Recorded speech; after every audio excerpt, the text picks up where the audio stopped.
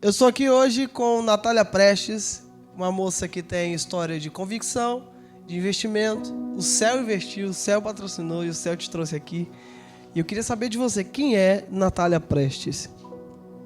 Bom, Natália Prestes, ela é uma menina forte, que aprendeu, a ser forte ao decorrer da sua vida, mas acima de tudo, uma serva do Senhor.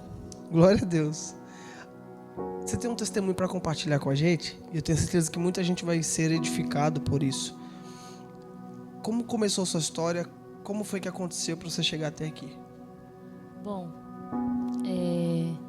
quero trazer, que a minha mãe biológica, ela era da vida, mulher da vida, e certa feita ela saía, para trabalhar à noite, no período da noite, e deixava a gente só em casa.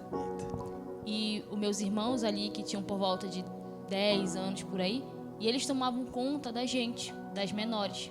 Eu tinha 2 anos, aí uma era recém-nascida e uma tinha meses. E nessa situação, os vizinhos, denunciaram para o Conselho Tutelar, e o Conselho Tutelar foi e nos levou para um abrigo. De lá, a gente passou a ser criado num abrigo, eu não conhecia minha mãe biológica, porque eu fui muito pequena para o abrigo. Então, eu não conhecia ela, eu não sabia quem ela era. No meu coração, eu nem entendia que eu estava no abrigo, que quando eu fui entender, eu tinha uns 5 anos, 6, 7 anos por aí, que eu vim descobrir que a mulher que me criava não era minha mãe. Só que o sentimento que eu tenho por ela é um sentimento assim que eu criei como se ela fosse minha mãe. E aquilo já me decepcionou, porque eu entendi que eu estava no abrigo e que ela não era minha mãe biológica. Porém, o sentimento, era como se fosse. Nisso tudo, essa minha mãe social, que eu digo assim, que é que me criou, ela, como era trabalho, ela estava trabalhando, ela foi transferida para outra área. E ela me criou desde quando eu me entendo por gente. Quando ela foi transferida para outra área, foi outra mãe ficar com a gente. Então, meus irmãos, que a gente ali, que era família, a gente era tão acostumada com ela, que eles fizeram de tudo para sair do abrigo. E saíram. E ficou eu, mais as 3 menores.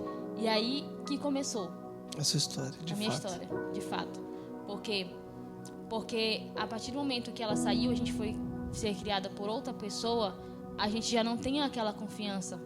A gente já não tem aquele negócio de mãe para filho, de contar o que está se passando, de contar o que está acontecendo, de ter confiança, de se abrir para dizer para ela, entendeu? E isso tudo, muitas vezes me fazia me calar, porque eu não conseguia contar. Trava, Porque você fica se perguntando, por que comigo?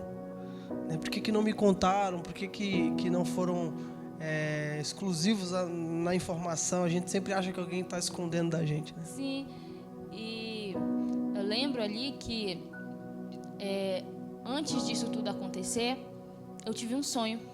E esse sonho eu me lembro até hoje como foi. Eu era ainda criança e foi num dia das crianças. Dia das crianças, se não me falha a memória. Eu tive um sonho que ele foi muito, muito ruim, entendeu? Assim, pra mim. Eu passei, tanto que até hoje eu lembro dele. Porque desse sonho eu lembro que quando eu tentava sorrir, o meu coração saía pela minha boca. E eu só conseguia viver normal se fosse chorando.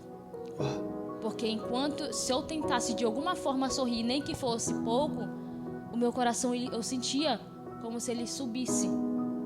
Entendeu? E hoje eu entendo que era o diabo que queria que eu vivesse minha vida de forma amargurada. Nunca querendo me ver sorrindo.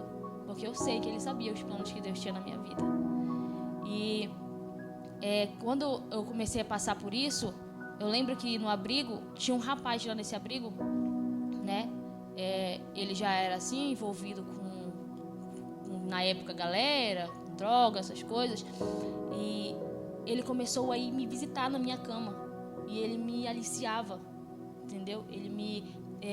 Isso dentro do abrigo? Dentro do abrigo. Só que eu não tinha como falar porque eu não conseguia falar. É onde Hoje em as dia, superproteções tinham que ser isso, gigantes dentro do é abrigo. por isso né? que a gente tem que ter aquela relação de mãe para filha, mas eu não tinha isso porque ela não era minha mãe, eu não tinha confiança nela. Era uma família adotiva só, né? Isso, e eu não tinha confiança de falar para ela. Sendo que aquele rapaz, ele vinha, me aliciava, vinha, me molestava, e eu guardava aquilo para mim. Chorando às vezes, triste, com medo, muitas das vezes dormia com medo antes de dormir, porque eu sabia que ele ia vir. Meu Deus. Poderia não ser hoje, poderia não ser, mas algum momento, alguma noite, ele ia me visitar. Então, isso tudo trouxe traumas para mim. Só que ao decorrer do tempo, né, a minha mãe biológica apareceu e tentou tirar a gente do abrigo e tirou a gente do abrigo. Só que quando ela tirou a gente do abrigo, ela era casada com um homem que ele tinha vício em drogas. Meu Deus. O homem, ele era morador de rua mesmo, entendeu? E eu já estava com uns 10 anos para 12 anos, já estava começando aquele período de criar corpo, de criar uma... Não passa de uma criança, mas ainda tá entrando já nessa transe toda. Né? E naquele momento ali, quando ele bebia, a maioria das vezes estava bêbado, né? Difícil não tá. E quando ele sempre me pedia dela. E ela tinha ciúmes. Ela tinha ciúmes de mim por isso. Porque ele sempre ia pedir eu dela. Quando estava bêbado. Quando ele estava em casa, no caso, porque ele ficava mais na rua.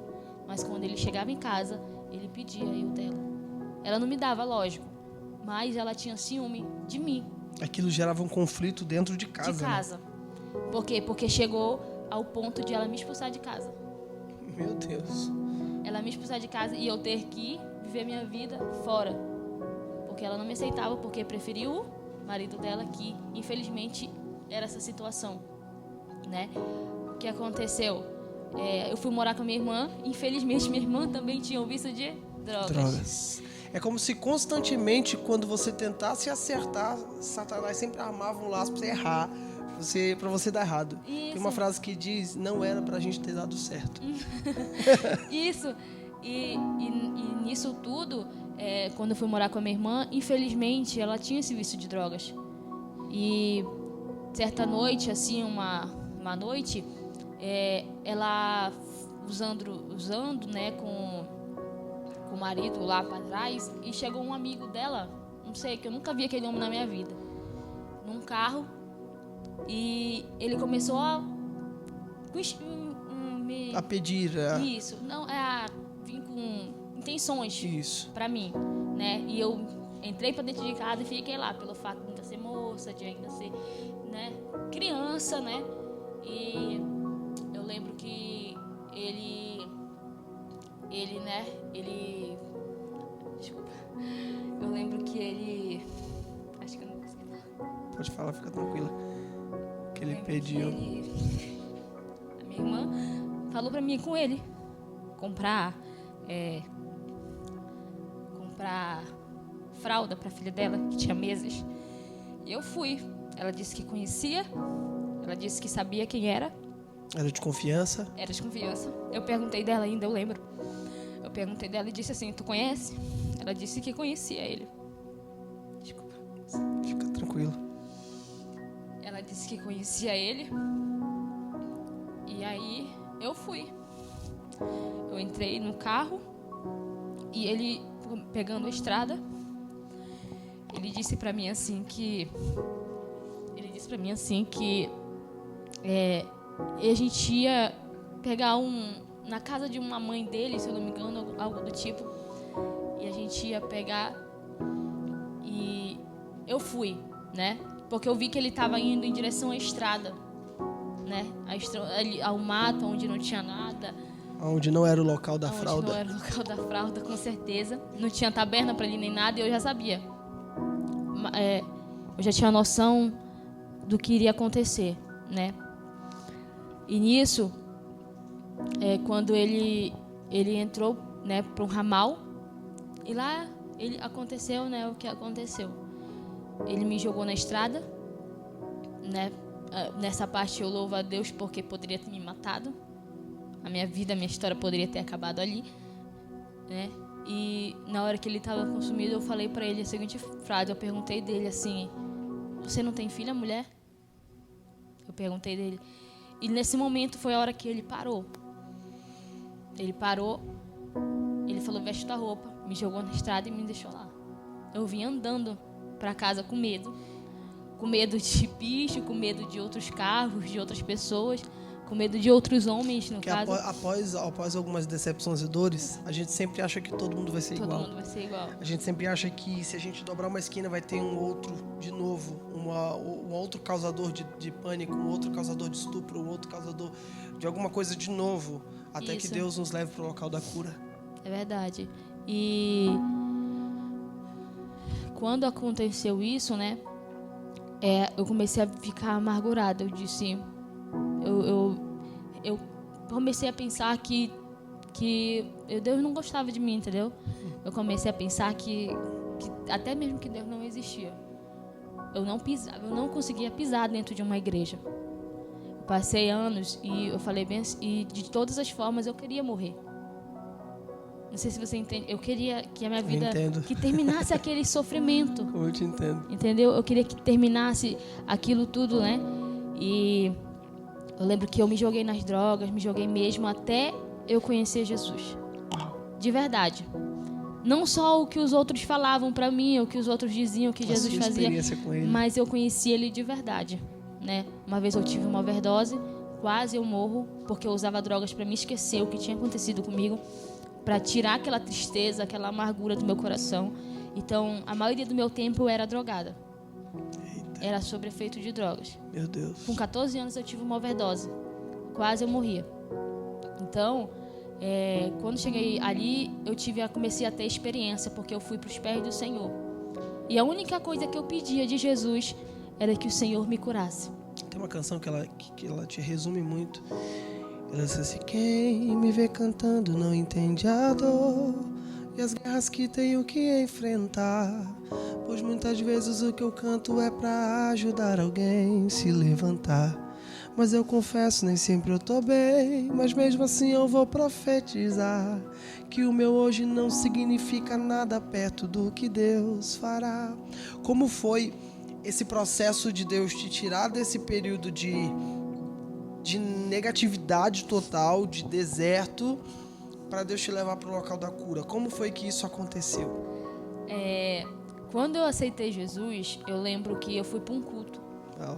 E quando eu cheguei no culto, o pastor estava cantando aquela música: braço de ferro, punho de aço. Então, eu comecei a imaginar a grandeza de Deus naquele louvor.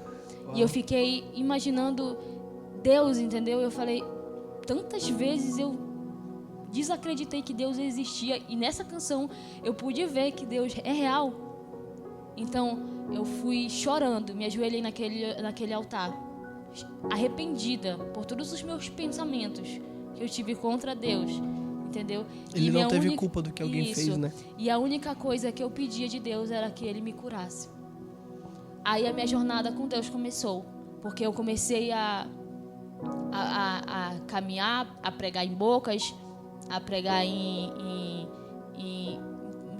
nos prostíbulos aí, onde várias mulheres ficam, né? E todas as formas eu evangelizava. Eu pregava em todos os lugares, às vezes no meio da guerra, do tiroteio, eu estava lá. Já chegou momentos assim de eu estar pregando e traficantes apontando arma pro meu pé.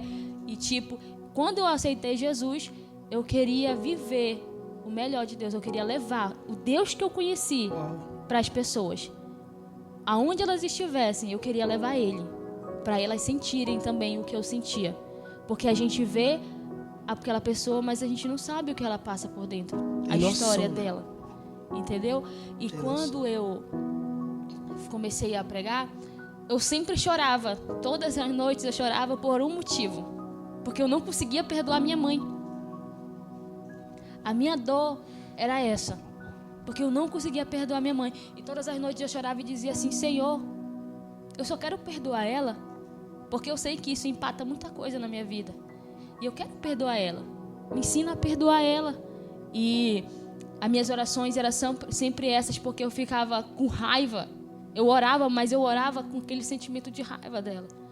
E eu pedi ajuda de Deus, porque eu sabia que tudo que tinha acontecido na minha vida foi porque eu não tive uma mãe presente. Porque se eu tivesse tido uma mãe, eu tinha conseguido evitar, e tinha evitado muita coisa. E comecei a orar, e eu pregando, evangelizando, já era usada por Deus, mas não era curada. Você tem noção que eu fui para um encontro em 2019 e o pastor disse assim: eu vou fazer uma fogueira, escreva uma carta para Deus, dizendo para Deus tudo que você quer falar para Ele, o que você não consegue falar. Por tudo que aconteceu na minha vida, missionária, eu fui uma pessoa muito... eu não conseguia me abrir, muito fechada. Então eu não tinha como conversar com pastores, eu não tinha como... E eu sempre tinha aquela sensação de querer tirar a minha vida, ainda. Depois de pregar, depois de fazer a obra de Deus, depois de ser usada. Para muitas pessoas, eu ainda precisava receber um milagre de Deus. Depois de um culto, chegar em casa e dizer: o que eu faço da vida? Né? Isso. E quando eu cheguei lá, que eu fui nesse culto, eu escrevi. Tudo que eu não conseguia falar para ninguém, eu escrevi naquela carta para Deus. Eu escrevi naquela carta. E eu levei para queimar chorando. Eu escrevi aquela carta chorando para Deus. E tudo que eu pedia naquela carta era que Deus me ajudasse a perdoar. Era que Deus me curasse de verdade. Era para que Deus... E eu sempre tinha aquele versículo no meu coração sobre Davi. Porque as poucas vezes que ele cita a mãe dele na Bíblia, ele fala que ainda que meu pai e minha mãe me abandone, todavia o Senhor não me abandonará. Ele ficará lá conosco. Ele ficará conosco. Então, eu comecei a ter esse pensamento, que para mim, se todo mundo me abandonar, se Jesus não me abandonando, é o suficiente. Eu comecei a entender que para mim o suficiente é ter Deus do meu lado. É Ele não me abandonar. Só a graça dele. Só a graça dele nos basta. E hoje, se você pudesse olhar para a menina do passado, e o que você diria para ela? O que eu diria para aquela menina do passado é que ainda tem uma esperança. Que por mais que eu olhasse para um lado, olhasse para o outro e não visse nenhuma solução, ainda tem uma esperança, que é Jesus. A história já estava sendo escrita. Já estava sendo escrita. E o mais interessante é que Jesus me deu uma menina. Uau! E hoje eu olho para minha filha e eu digo assim: tudo que a minha mãe não fez por mim, eu vou fazer por ela. Você é um milagre gerando outro milagre. Isso. E eu olho para minha filha, né, com muito amor, sabendo que eu vou proporcionar para ela o que eu não tive, que foi amor, que foi uma mãe presente. Eu todos os dias me esforço para ser isso para ela, porque eu sei que foi Deus que me deu ela de presente, entendeu? Então eu só louvo ao Senhor por tudo que Ele fez. Se você pudesse fazer um agradecimento para quem te acompanhou nessa jornada, o que você diria? Eu diria que Deus é fiel, né? Deus é bom, né? Agradeceria, lógico, né? E que nunca desistam. Porque por mais difícil que esteja a situação, Deus, Ele sempre está no controle. Aproveita e olha para a câmera e dá uma mensagem para alguém. Eu sempre lembro, na minha caminhada, da história de Jairo.